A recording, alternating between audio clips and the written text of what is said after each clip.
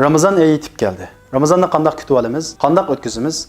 İlgirki salih kishilarimiz qalbida biror musulmonga o'ch adovat saqlagan holatda Ramazan oyiga kirishga jur'at qila olmaydi. Ramazan oyi kechirish oyidir. İnsanlar bir-birini kechiradigan, Alloh taolo bandalarining gunohlarini kechiradigan oydir. Payg'ambar alayhissalom kimiki Ramazan oyida Allohga shinib, savob umid qilib ro'za tutsa, uning ilgirki gunohlari kechirim qilinadi deb büyük xush xabar bergan. Bu oyda jannat eshiklari ochilib, jahannam eshiklari taqiladi. Şeytanlar kişilenip mağfiret ışıkları eşledi. Ramazan ayı başka hiç qanday oylarga o'xshamaydigan oylarning sultanidir. Çünkü bu ibadet ayı, Kur'an ayı, mağfiret ayı, rahmet ayı, bereket ayı.